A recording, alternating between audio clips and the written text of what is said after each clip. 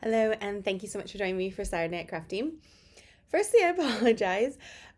So I'm in my hotel room, as you can see here. I'm away for the weekend with my crafty girlfriends, having a really fun time, and I need to do my voiceover and my video for you. So I did all the work apart from finishing my cards, and I filmed it all for you before I left, but unfortunately I needed to set off. So I usually do this. I usually end up editing when I'm away on my weekends.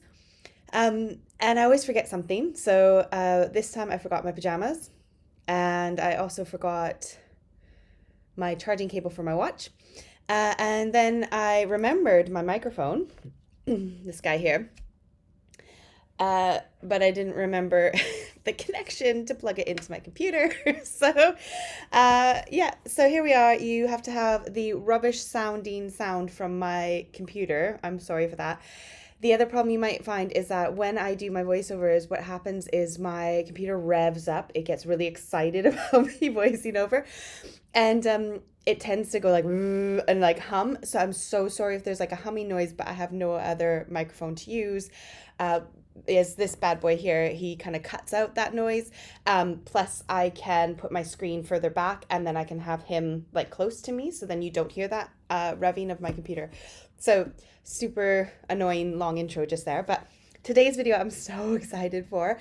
I got way too carried away again with my crafting, but I've got 5 super awesome kind of hacks or techniques for you to use stencils but no ink pads, but you're still gonna get crazy colors. So I've got for example, like we're gonna put like loads of color on. This isn't finished. I need a sentiment on this one.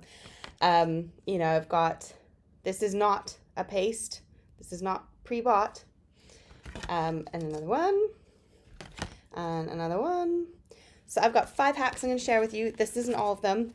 I didn't finish making all my cards, so I've just got the backgrounds to share with you.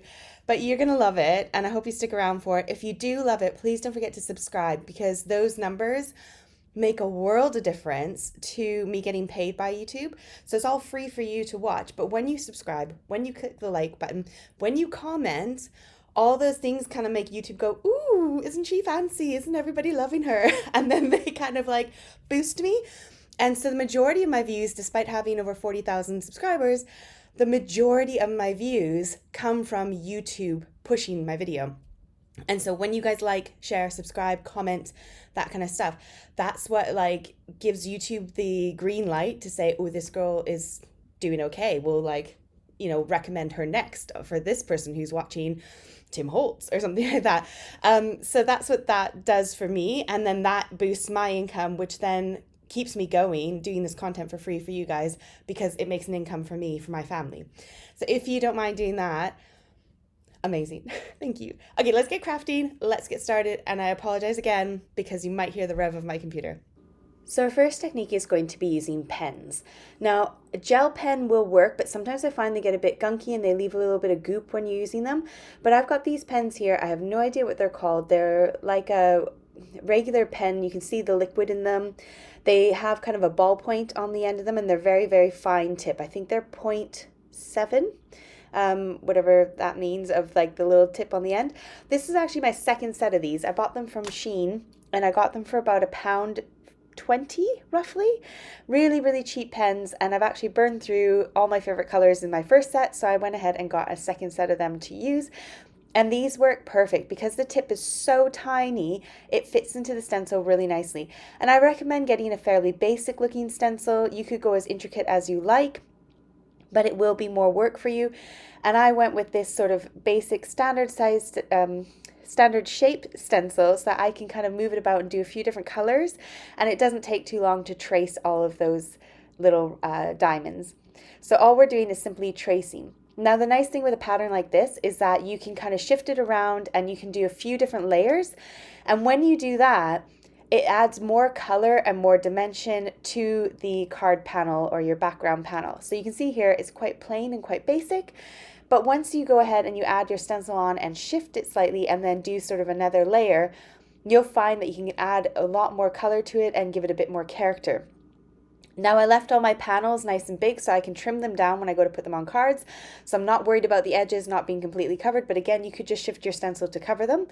The blue tape I'm using is mint tape from scrapbookdotcom. It is basically a post-it note tape on a reel, and it's fantastic for holding your stencils in place and keeping them still while you're stenciling. I am making sure that I put my fingers down over top of that stencil as well, because it was bubbling up a little bit while I was tracing, and I didn't want to accidentally slip under that stencil with my pen and then cause a bit of a mess and ruin the whole entire effort that I've just put into doing this card panel. I chose to do 3 colors, and I did test my colors before I started using these pens. I kind of scribbled them on some paper and worked out 3 colors I liked, but this is the end result. It's colorful, it's fun, and it's perfect for the background of a card. Now we're moving on to the next one, which is using markers. We're going to take markers and color in those stencils. Again, if you're using a very intricate stencil like a really detailed flower, this might not be the best technique for that. But if you've got another, again, sort of basic pattern, you can have a lot of fun with some markers. Now, as a top tip, if you're using water-based markers like Crayola pens, you will need to think about what colors you choose and how they will kind of layer on each other. So I am using acrylic pens today, which means that they are like a paint pen and they can layer on top of each other and not mix. So they will go and on top and then they will stay that true color as it is. If you're using something like Crayola pens, you need to be aware that if you put red on top of green, you might end up with brown. So be aware, try out your colors first on a scrap bit of paper, color over top of them, make sure you're happy with how they look. So for me, I'm using these acrylic paint pens. They dry super fast. They're really easy to use. You can get them from all over the place, really nice and cheap. These ones I got given for free, and I think they came from Amazon to try out, and I have barely used them, but they are good fun for a technique like this. So here I am trying to clean them with water. So another top tip, if they're acrylic paint pen, you're going to struggle to get them off your stencil, but that's where your alcohol comes in handy. So this is isopropyl alcohol or rubbing alcohol, a couple spritzes of that on there, and it comes straight off. Really, really nice and easy. So for my next color, I'm just going to shift my stencil around until I like the position of it and make sure it's nice and even. Again, don't worry too much about your edges because you can trim it down to make a card panel on the top of your card, so you don't have to stress if you don't get all the way to the edge, or you can shift your stencil when you're done and move it over. So I'm using a variation of dabbing on my ink pen and kind of coloring it in, but the color transfer is beautiful. I'm not getting any smudging. I'm not getting any of the ink running underneath my stencil and like creating blobs, which is fantastic. And this is where you can kind of see the magic of using like an acrylic paint pen. When I do this layer, you can see when it's all nice and done that I don't have any mixing of the colors, none of those kind of blended underneath, so you just get the layered colored effect, which is really fun. So using some pens on your stencils works brilliantly and can give you a beautiful colored background without having to use any ink pads or any special products. So if you follow me for a while, you'll know that I love a DIY project. I like to make my own stuff and save a bit of money. And that's what we're going to do in this next one. And we are not using any kind of ink colors at all. The secret little trick is using food coloring. I buy my food coloring on Amazon. I buy the cheapest one possible because it doesn't matter about the quality. It's going to be highly pigmented and that's all that you need. So I get mine for about £7 on Amazon for this huge set of 24. This one's been going for about a year and a half, maybe 2 years. I use it all the time in techniques on YouTube, and I love it for adding color to projects, and I don't have to worry about it costing a fortune. I hate using my ink refills on projects because I feel like that's a waste. I want to use them for my ink pads only. So I use food coloring whenever I want to color. So you can have a look through your cupboard, find that expired food coloring that was like, I probably shouldn't bake cakes with that, and use that. All I'm going to do is put about 4 drops into a spray bottle, and then I'm adding about 5 mils of water. So in my blue bottle here is just plain water, and I'm using a little pipette to kind of squidge it into my spray bottle.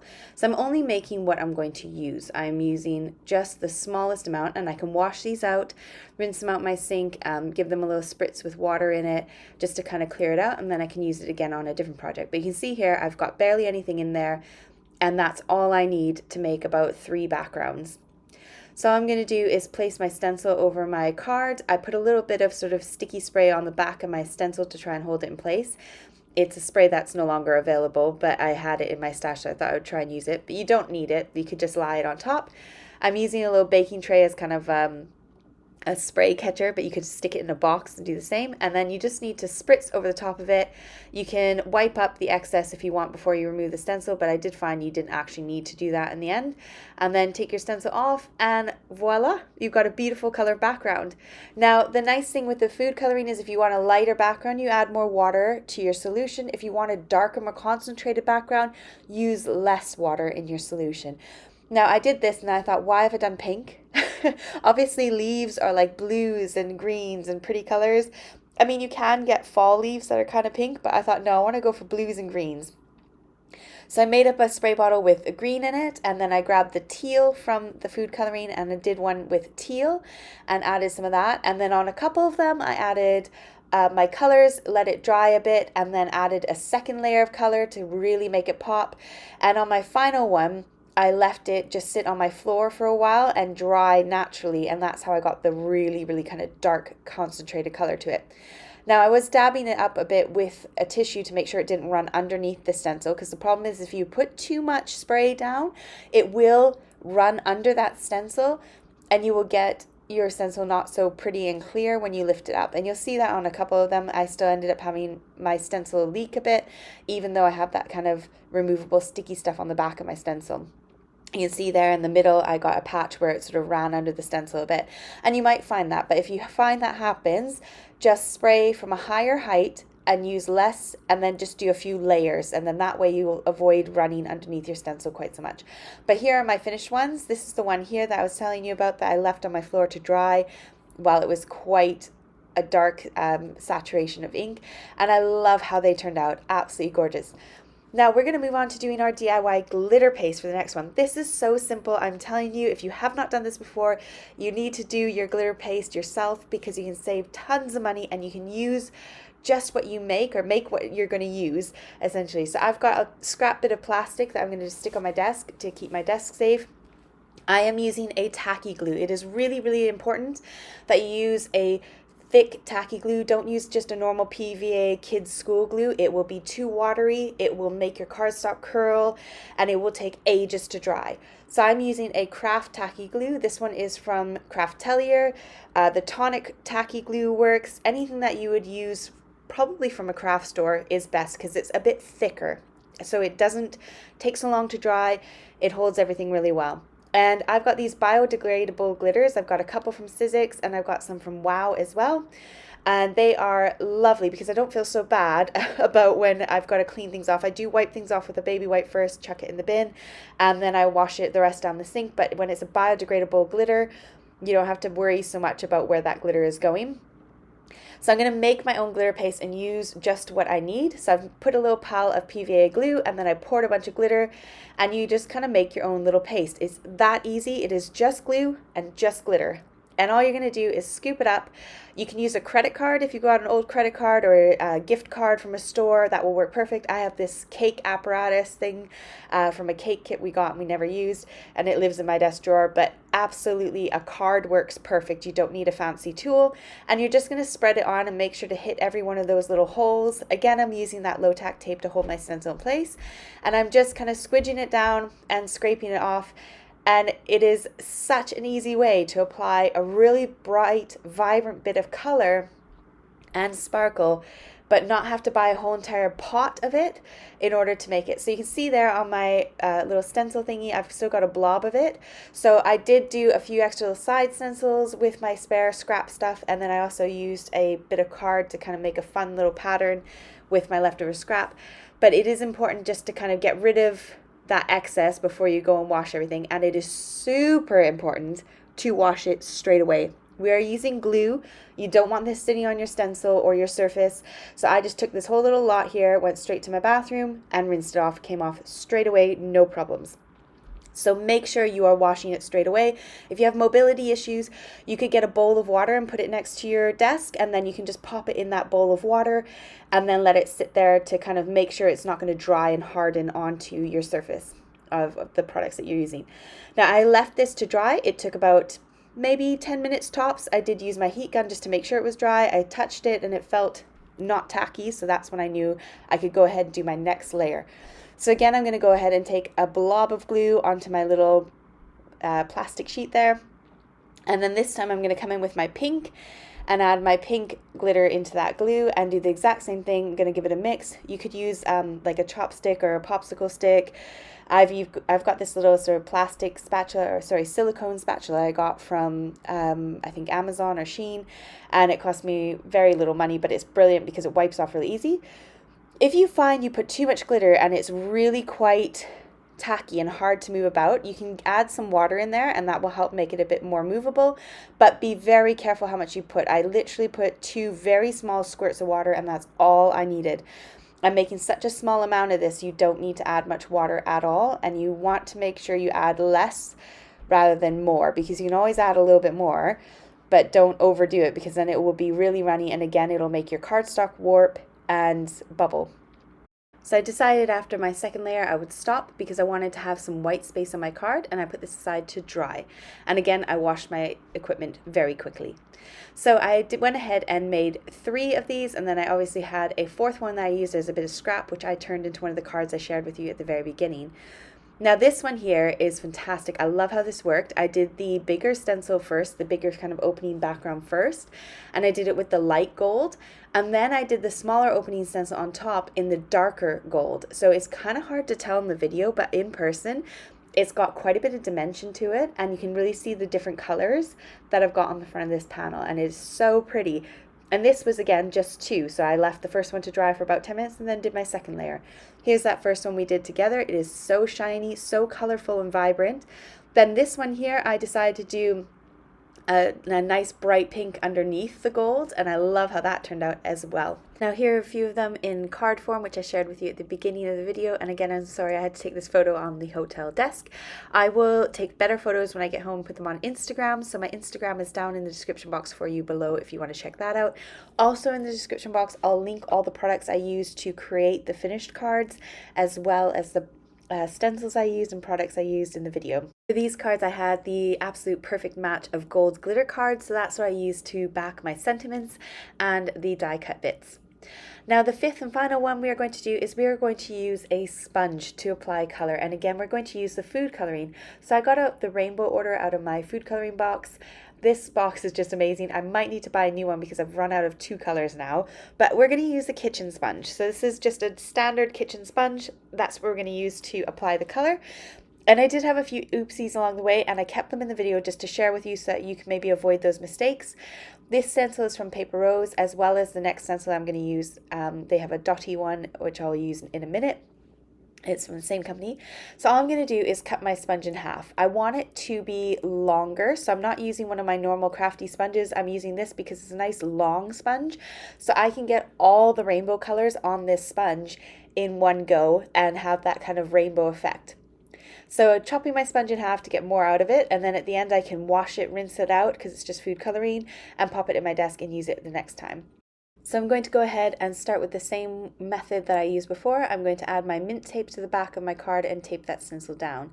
Then I'm taking my food coloring and I'm just going in the rainbow order and adding a few, probably like a drop or 2 roughly, but I'm kind of rubbing it into the sponge as I'm putting it down. Now this is my first error. I spritzed it with some water to kind of get those colors flowing and mixing, but what it does, because this is a cheap sponge, it doesn't retain the liquid very well until you've used it probably a bit more. So because it was resting there, I took my little spatula and tried to kind of squish that color into it a bit more, but it is too wet, and you'll see in a second when I go and apply it on there, I'm being very light at first and then seeing it's not going through the stencil, so I decided I'll just give it a little bit of a rubbing motion, and you can see the color is beautiful. The color is vibrant, it looks fantastic. When I lift the stencil, that's when you see the problem. All of that color just goes straight underneath the stencil. So if it is too wet and too damp, you will not get a good result. It's okay to add a little bit of water when it's completely dried out towards the end of your uses, but I'll share that with you in a second. So here's that end result. It didn't quite work. It ran all underneath my stencil. Now this stencil is quite detailed and intricate, so if you had a bigger stencil like the one I'm going to share with you next, the sort of dotty one, you will find that it won't quite run underneath so much. So the next method I'm doing is dabbing it on, and I've dabbed off some of that color as well and some of that liquid onto a scrap bit of card. And this time I'm going for dabbing it up and down and just kind of moving it along my stencil and kind of pushing it through. I added a tiny bit of water, and here I'm dabbing very, very, very gently. So this is when it was getting quite dry. I added a little bit of water, started to see my color was running out, so you can just add a little bit more color on. And again, it's quite helpful if you squish it off to the side, either on paper or cardstock or onto your scrap bit of plastic if you're using a bit of plastic, just to kind of get that color to come out a little bit and not be too juicy when you're doing this, and you'll get a much better result. So if you dab it, you get this kind of texture of the dabbing as well. And this is where I was pointing out I should probably warm the gloves I left on my desk. But there you can see I had it a little bit too hard. I was pushing too hard when I was trying to get the blue and the purple out before I added some more blue and purple. That's why it kind of smudged. But dabbing gives you kind of that bumpy texture look to it as well. So I quite like doing the dabbing method. It was a nice little pretty look, and then you can control the ink a lot better. You can control how much ink is coming out and going onto your project. So here it is. You can see that texture. It kind of almost gives it like a woven look in a sense. So I love how this one looks. We're getting to better and better techniques as I play. So hopefully you can just steal my ideas and my tips. So off screen I started playing with this Paper Rose Dotty stencil. This is where I started to get really carried away. I started having a lot of fun. I found that these wider gaps made such a difference in being able to play with new techniques and different ways of using the sponge on the paper. So for this, I was kind of rubbing and dragging at the same time. You're getting a bit of kind of a streaky movement to it, and you're getting a lot of beautiful color. So you can see I'm kind of rubbing it slightly and then dragging, rubbing and dragging, picking up the extra color I left off to the side to kind of add back on. But I love these teals and blues. I used about 4 colors of teals and blues from the food coloring. And then for this one, I decided, what happens if I spritz it? Will I get the same kind of effect as like a distress oxide ink, for example? So I gave it a spritz, and yes, this is not watercolor card, but it did have that effect where you can kind of see those water droplets on the dots, and it kept all the white space white. So I made sure to lift that stencil really quick before it could leak underneath it. And then I thought, let's do a 2-for-1. I'm going to grab a scrap bit of card and place that over top. So again, this is not watercolor card, this is like normal card, and I'm just going to lift up some of that color, and it just sticks beautifully to the card. I'm making sure to press not too hard, but I want to give it a firm rub everywhere so that all that color is kind of transferring on.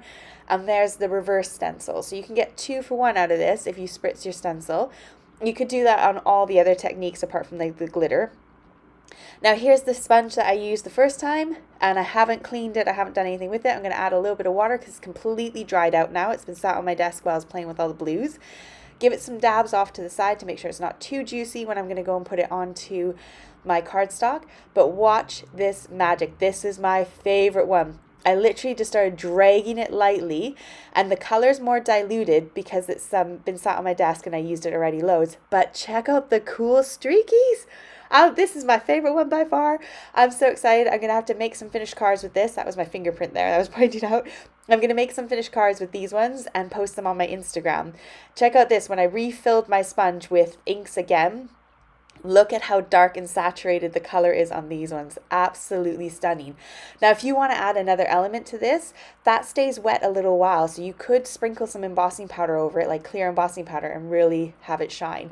But here are all my last of the techniques. I did so many of them. I really went quite crazy. So I've got like the beautiful vibrant colors. Then these ones are the ones that I spritzed with water, so you've got that kind of watery texture going on with them. Then I've got the ones that were the reverse of the stencil, so where I picked up the water that was left on top from spritzing it. Absolutely stunning and gorgeous as well. Then I've got my streaky ones. Oh, I love the streaky ones. They are so cool looking. They just kind of have that extra bit of texture to them because of where the sponge kind of lifted up. So I've got my vibrant one and my sort of more muted tones one. But honestly, you can have so much fun with these and a sponge. It's just a kitchen sponge and food coloring that potentially you could find in your cupboard that was expiring.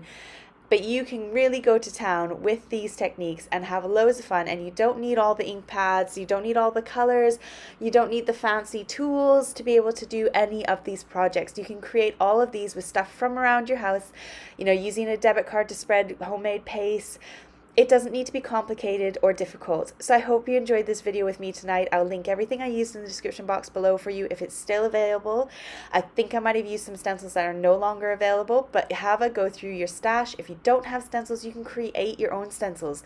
Grab a bit of acetate or plastic packaging, punch some holes in it or cut some holes in it, and then you can create your own DIY stencil as well. I will aim to get some photos of my finished cards over on Instagram when I'm back home, and I will share probably a photo of my girlies that I've been hanging out with for the weekend over there as well. But I hope you guys have a fantastic rest of your weekend. Take care, and I'll see you soon. Bye!